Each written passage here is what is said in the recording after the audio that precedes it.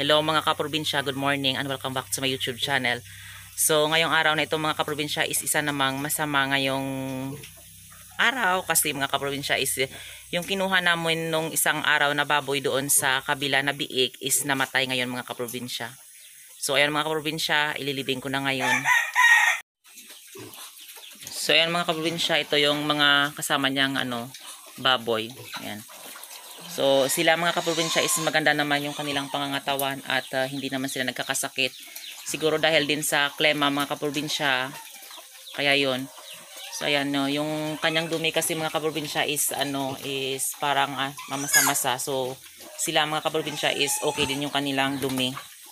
So ayan siya mga kaprobinsya. So pinalabas ko lang kaninang umaga. So kahapon okay pa man siya, binigyan ng gamot, pero kaso mga kaprobinsya is namatay talaga yung biik. So ayan. So yan talaga ang buhay ng isang farmers. So kailangan talaga natin na sa panahon ngayon mga kaprobinsya is paswerte-swerte na lang or pasipag-sipag na lang kapag pero kapag ganito yung mga nangyari sa iyo, mga pagsubok lang. So kailangan talaga natin na tatagan yung sarili natin sa mga ganitong bagay na mangyayari sa atin.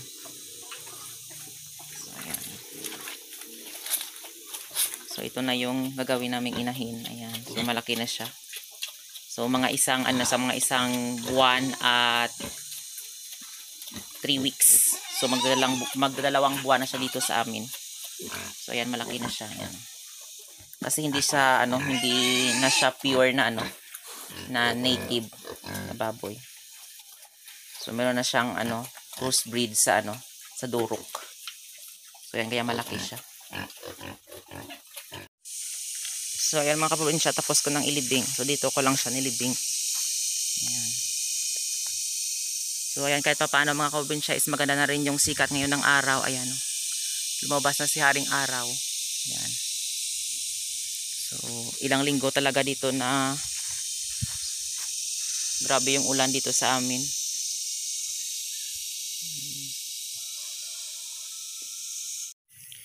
So ayan mga kaprobinsya, ito yung daanan namin dito. So pagtapos ko maglibing ng ng biik, so yan, naghingi ako dito ng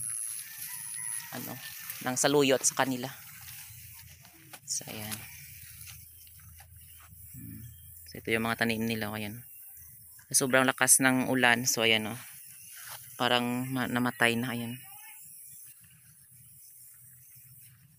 So ayan, ito yung saluyot nila. So ayan, maraming maraming dahon, ayan. Maraming ugbos. Ayan.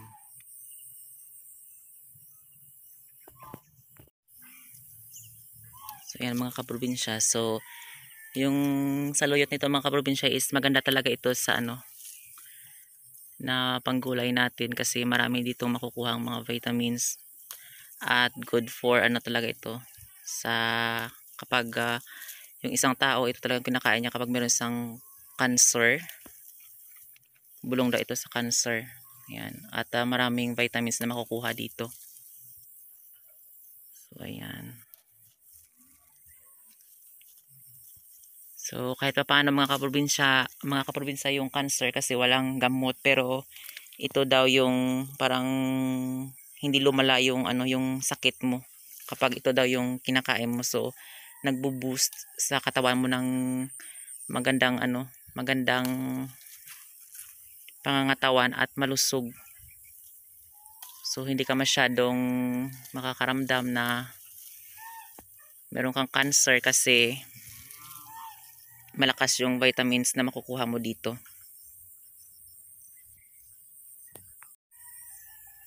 So, ayan. Dati kasi mga kaprobinsya, meron akong kasabayan noon na nagbili doon sa palengke na meron din siya cancer. So ito yun daw yung na-recommend ng ng doktor na magkain siya ng gulay katulad ng okra at to yung tagabang tawag dito sa amin sa Iloilo. Pero sa Tagalog sayote.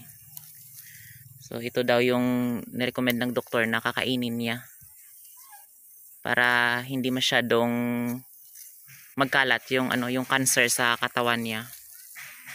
Ayan.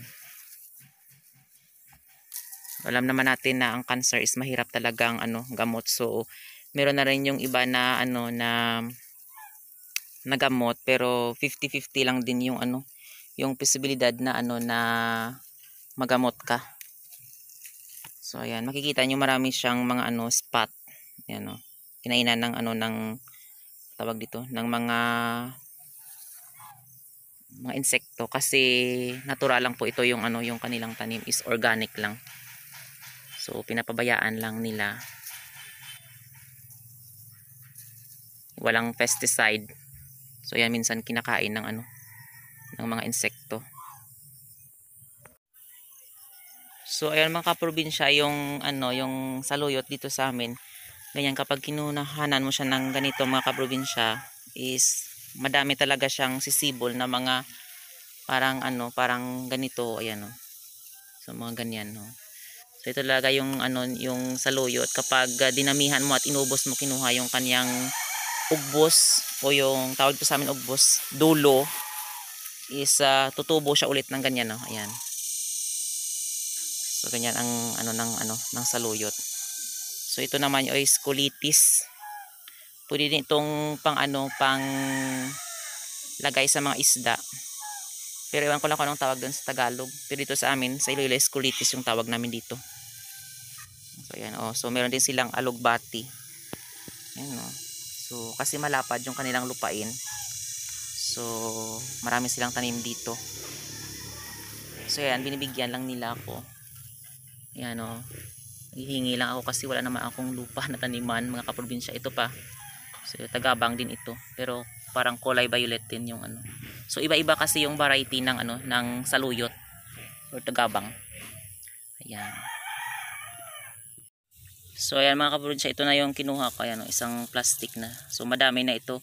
So kapag bilhin mo ito mga kaprobinsya doon sa palengke, siguro mga dyan na sa mga 30 pesos. Ayan ganito kadami. So ayan mas mahal talaga kapag na doon na sa palengke, kasi meron silang binabayaran na mga rent sa kanilang pesto doon sa palengke. So kapag dito lang, kapag masipag ka lang, ganito lang din mga probinsya. Ayan yung yung sayote na ito, hindi nila tinanim ito. Nagsitubuan lang dito sa kanilang sa kanilang lupain. Pero yung mga ito, alugbati, ganyan. So tinananim nila ito, yung yan, mga taro. At dun pa. So ayan. So kapag dito ka talaga sa probinsya, is mga ganito lang yung gulay. Kapag kumakain ka ng gulay, is makasurvive ka talaga. At kapag masipag ka ding magtanim ng mga gulay-gulay. So ayan mga kaprobinsya, sa sobrang sobrang putik dito, yan nilagyan nila ng ng dayami para hindi masyadong maputik yung daanan. Ayan para yung putik is kapag mag-apak ka is hindi maputikan yung ito yung paa mo. So ayan, ito din yung purpose ng ng dayami. Ayun yung iba na na ng putik. Ayan. So ayan mga kaprobinsya, papauwi na ako ngayon. So maraming salamat sa walang sawang pagsusupport at panonood nyo sa aking YouTube channel. And don't forget to like, share, and subscribe to my YouTube channel. Thank you for watching and happy farming!